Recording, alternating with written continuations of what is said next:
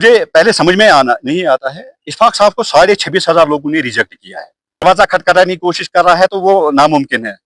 वो बहुत पार्टियों को उसने कोशिश की थी जाने के लिए, तो उसकी जो क्रेडिबिलिटी है वो खत्म हो गई है। प्रोटेस्ट करे ना, नाला सिंह किसने बंद करवा दिया?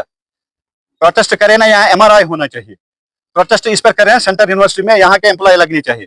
देखिए, आपने बहुत अच्छा सवाल पूछा। TRI चूंकि इलेक्शन होने वाला है, अब पंचायत इलेक्शन, उसके लिए गवर्नमेंट तैयारी कर रही है। पंचायत और अर्बन डेवलपमेंट का भी इलेक्शन ये हो गया होता। कुछ गवर्नमेंट की कुछ मजबूरियां होती हैं, कुछ सिस्टम को ठीक करने के लिए कुछ तैयारियां करनी होती है। आसान नहीं होता कोई इलेक्शन करना। देखिए, पहले मैं आपको बता दूं कि यहाँ DDC चेयरपर्सन उसकी बीवी है, वो अपनी बीवी से वो सवाल पूछे। She is on the power. मुझे पहले समझ में आना नहीं आता है, इशफाक साहब को 26,500 लोगों ने रिजेक्ट किया है। उसकी हैसियत ही नहीं है, XMLA है वो, उसकी बीवी इलेक्टेड है, ही इज नॉट। मैं आपको बताना चाहता हूँ। और यहाँ ये प्रोपेगेंडा सियासत नहीं चलती है उमर अब्दुल्ला के साथ। वो उमर अब्दुल्ला का अभी, अगर उमर अब्दुल्ला की मिस कॉल आ जाएगी, वो भी जूता पकड़ेगा उमर अब्दुल्ला का। He is waiting for that. वो उमर अब्दुल्ला ने उसको जमीन से आसमान पर पहुंचाया है, इसमें दो राय नहीं है। अब वो दरवाजा खटखटाने की कोशिश कर रहा है तो वो नामुमकिन है। वो बहुत पार्टियों को उसने कोशिश की थी जाने के लिए, तो उसकी जो क्रेडिबिलिटी है वो खत्म हो गई है। वो लोगों ने आज भी दिखा दी है प्रोटेस्ट में, और इससे इलेक्शन में, तो अगले इलेक्शन में भी दिखा देंगे। देखिए, जो XMLA रहे, 17 साल रहे हैं, उनको पावर्स का भी पता है। आज का प्रोटेस्ट जो है, मुझे पहले शर्म, वो प्रोटेस्ट क्या, वो मामूली है। वो तो 5,000 लोगों का होना चाहिए। वो तो 30 थे, जिसमें से 20 तो मीडिया वाले थे, 5 तो PSOs उसके थे, और 5 उसके रिलेटिव्स थे, जो आपने खुद देखा है। गवर्नमेंट मुलाजिम के पास वो पावर नहीं होता है। गवर्नमेंट मुलाजिम आज नौकरी करना बड़ा टफ है।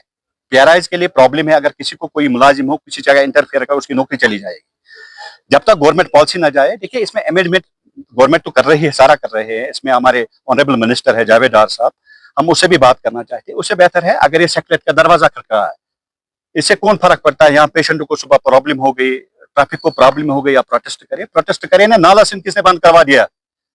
प्रोटेस्ट करे ना, यहाँ MRI होना चाहिए। प्रोटेस्ट इस पर करें, सेंट्रल यूनिवर्सिटी में यहाँ के एम्प्लॉय लगनी चाहिए।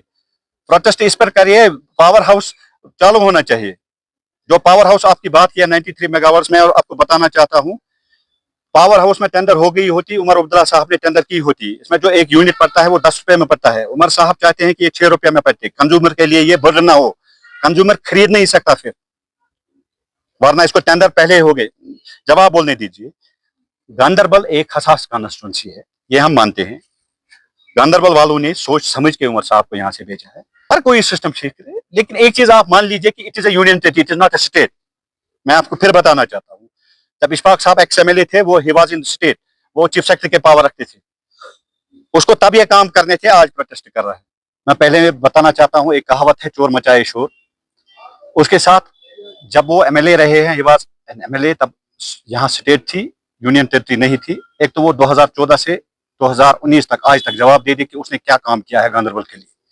हम गांधरबल के लोग जवाब चाहते हैं कि अगर उसने कोई काम अच्छा किया है, उसका जवाब। वाइडनिंग रोड वो टिल पेंडिंग है।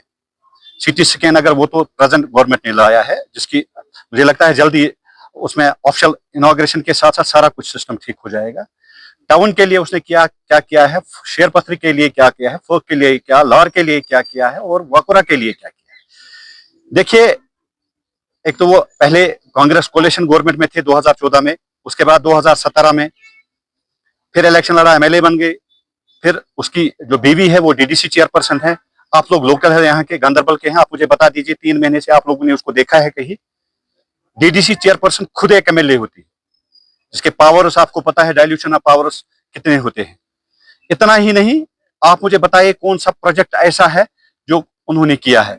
मैं थोड़ा थोड़ा आपको बताना चाहता हूँ। सबसे बड़ा जिस पर आपको नजर, बॉब्सीपोरा वातलबुक ब्रिज जो बना हुआ है। मेरा एक सवाल रहेगा गवर्नमेंट से, इस वक्त उमर अब्दुल्ला गवर्नमेंट से, यहाँ के SSP साहब से, यहाँ के DC साहब से, मुझे बताइए, बॉब्सीपोरा ब्रिज जो कंप्लीट हो गया, उसकी वाइडनिंग कितनी थी? उसको अगर कंप्लीट किया गया तो इनॉग्रेशन आज तक क्यों नहीं की गई? अगर कोई भी MLA अपने टेन्योर में अच्छा काम करता है तो वो उसको इनॉग्रेशन करता है, और लोगों के लिए एक पैगाम होता है कि मैंने उसके टेन्योर में वो कंप्लीट हो गया। इतना नहीं, मेरे पास एक और है, लार में जो टूरिस्ट फैसिलिटेशन सेंटर है, जो 92 लाख रुपए से बनाना था, जिसको मोहनमर्ग लालमर्ग के लिए बनाना था, लेकिन वो गुरवान में बनाया गया। Without changing the normal culture उसको चेंज नहीं किया। इसको भी इन्वेस्टिगेट होना चाहिए। इतना नहीं, जितने भी आज तक डीडीसी के फंड्स है, मुझे आप पता है कहाँ खर्च हो गए। अगर एक्सएमएलए यहाँ किसी को उंगली उठाने की कोशिश कर रहा है, वो खुद जवाब दे दिए उसके हल्के में उसने कितना काम किया है। देखिए यहाँ नाइट्रोजन प्लांट, आप लोगों को पता नहीं, नाइट्रोजन प्लांट था रंबेल बाग में, आप सुन लीजिए मेरी बात, दैट हैज बीन शिफ्टेड। अब जो दूसरा प्रोजेक्ट यहाँ पर लेने की बात कर रहे थे, जिसमें के लिए प्रपोजल भी बना था, वो स्टॉक ईस्टर्न एनिमल हस्बेंड्री का है, जिसको उमर साहब ने खुद पर्सनल इंटरवेंशन के यहाँ रुकवाया है, जो गंगरहमा में है। इतना नहीं है, मैं एक गांधरबली हूं और गांधरबल के लिए बात करना चाहता हूं। जब इशफाक ने सपोर्ट किया अपनी पार्टी को, पार्टी ने हमें एतमाद में नहीं लिया। मेरी लड़ाई गांधरबल की लड़ाई है। मैं गांधरबल वालों के लिए, नालासन के लिए बात करना चाहता हूँ। नालासन जिसके लिए सबसे पहले SRO 105 को रिवोक करने की मैंने बात की है। यहाँ सिटी स्कैन नगर गांधरबल में मैंने बात की है। जितने भी लिंगरिंग प्रोजेक्ट जिसमें गोजहमा ब्रिज है उसके लिए मैंने बात की है। फायर सर्विस स्टेशन देने के लिए मैंने बात की है। इसीलिए जो शेरपथरी ब्लॉक है उसके लिए, टाउन के लिए मैंने सबसे बड़ा प्रोजेक्ट जो मैंने उमर अब्दुल्ला साहब से मांगा। गांधरबल में सारा काम हो जाएगा। आप एक चीज देख लीजिए, इससे पहले 2019 है, जब से एब्रोगेशन ऑफ आर्टिकल 370 हो गया, तब से कोई बात करने के, जो भी प्रोटेस्ट अब हुए, जब इलेक्टेड गवर्नमेंट यहाँ बन गई तब जाके कोई बात करता था। यहाँ सांस नहीं, जो सांस लेते थे वो भी डरते थे सांस लेने से। आज अगर आपको गवर्नमेंट बन गई है, आप 5 साल के बाद अगर आपको लगता है उमर साहब काम नहीं करेंगे तो आप अपोज वोट दे दीजिए। आप 5 साल काम करने दीजिए। देखिए जो उंगलियां उठाते हैं, आप मुझे बताइए, आपके वसात से मैं बताना चाहता हूँ। DDC chairperson she has been elected और उसको अभी दिसंबर तक टेन्योर है। मुझे बोलिए कौन सा काम उसने किया है, मुझे जवाब बोलिए। आप लोकल है गांधरबल के, क्या आपको पिछले 3 महीने से आपने उसको देखा यहाँ कहीं? उसका MOS स्टेटस है, शी हैज द पावर्स। और अगर किसी लोकल को यहाँ तहसीलदार साहब के साथ या DC साहब के साथ, ADC साहब के साथ या SSP साहब के साथ काम हो, वो कहां जाए? देखिए उमर साहब यहाँ के MLA बनने के साथ साथ चीफ मिनिस्टर बन गए। यहाँ उन्होंने रिसेंटली एक पॉलिटिकल डेवलपमेंट की है, यहाँ मुश्ताक साहब को इंचार्ज बनाया गया है। गांधरबल में जितनी पॉलिटिकल डेवलपमेंट आज तक हुई है, इसमें उमर साहब कभी शेख इशफाक को यहाँ से XMLA को मैंडेट नहीं, क्योंकि उसने वादा किया था उसको। वरना जो आपको कहानी भी पता है, MLA बनने के साथ साथ पहले जब पुलिस में लगाया तो नेशनल कॉन्फ्रेंस की शादी फारूक साहब ने की। उसके बाद रिप्रेजेंटेटिव बनाया, डिस्ट्रिक्ट प्रेसिडेंट भी बनाया। आज उसकी बीवी DDC चेयरपर्सन, वो तो नेशनल कॉन्फ्रेंस के टिकट पर बन गई। देखिए जो पार्टी एंटी काम करेगा उसको तो सजा मिलनी चाहिए ना, वो मैं क्यों ना हूं। देखिए मैं तब जाके किसी पार्टी में निकला हो जब पार्टी ने ट्रस्ट ब्रीच हमें किया, ऊपर से किसी को सादा और हमें मशवरा विदाउट कंसल्टिंग। हमें देखिए ना मुझे इलेक्शन लड़ना है, मैं आपकी बात ना मुझे असेंबली इलेक्शन लड़ना है, लेकिन मेरी हमेशा कोशिश रही है गांधरबल में एक डेवलपमेंट हो, यहाँ के लोगों के लिए रोजगार हो, यहाँ के नौजवानों की बात करें और यहाँ का डेवलपमेंट रोल मॉडल कॉन्स्टिट्यूंसी बने। इसमें इतना ही नहीं है, देखिए यहाँ से टूरिज्म के लिए बात हमने की, एग्रीकल्चर हॉर्टिकल्चर को बूस्ट करने की। आज तक जिस MLA ने वाइडनिंग रोड नहीं की, जिसने CT स्कैन नहीं लाया, जिसने अपनी PHC को CHC नहीं कर सका। 2014 में नेशनल कॉन्फ्रेंस और कांग्रेस की गवर्नमेंट थी, वो तो गवर्नमेंट में आ गया। उसके बाद 2017 में इलेक्शन लड़ गया, वो MLA, वो इलेक्शन लड़ा उसने तो वो MLA बन गए। उसके बाद उसके बाद उसकी बीवी ने इलेक्शन लड़ा नेशनल कॉन्फ्रेंस के टिकट पर। इस वक्त भी इलेक्टेड है, DDC चेयरपर्सन वायरसी। देखिए एक तो खास ये अपने लोगों को धोखा दे। देखिए जो कलीदी वर्कर है उसके मैं नाम बोलूंगा क्योंकि मैंने थोड़ा, देखिए गुलाम हसन धोबीपोरा, आप उसे जवाब बोलिए।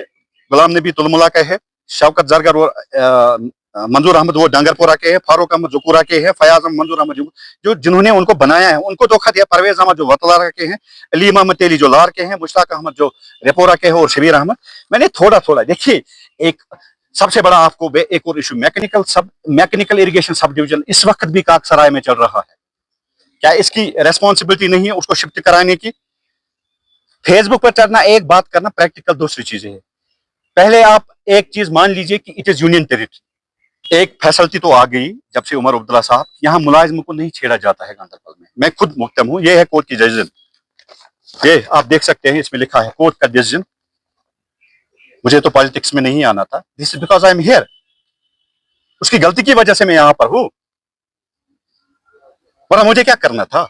मैं बोलूंगा अपनी घर की, मुझे घर में सब कुछ है, अल्लाह ने सब कुछ है, मुझे इतना बड़ा आदमी नहीं हूं मैं। हाँ, लेकिन एक चीज है, पॉलिटिकल एक्सप्लॉइटेशन, लोगों को इस्तेमाल करना। यहाँ मैं आई एम द 14 एम्प्लॉय जिसके खिलाफ कंप्लेंट आज तक दर्ज हो गई। देखिए यहाँ डायरेक्टली इनडायरेक्टली सब इन्वॉल्व होते हैं पॉलिटिक्स में। लेकिन अगर एमएलए साहब काम नहीं कर सका, किसी को नुकसान भी पहुंचाना नहीं चाहिए, कोई भी हो। मैं किसी को पर्सनल टारगेट नहीं करना चाहता हूँ।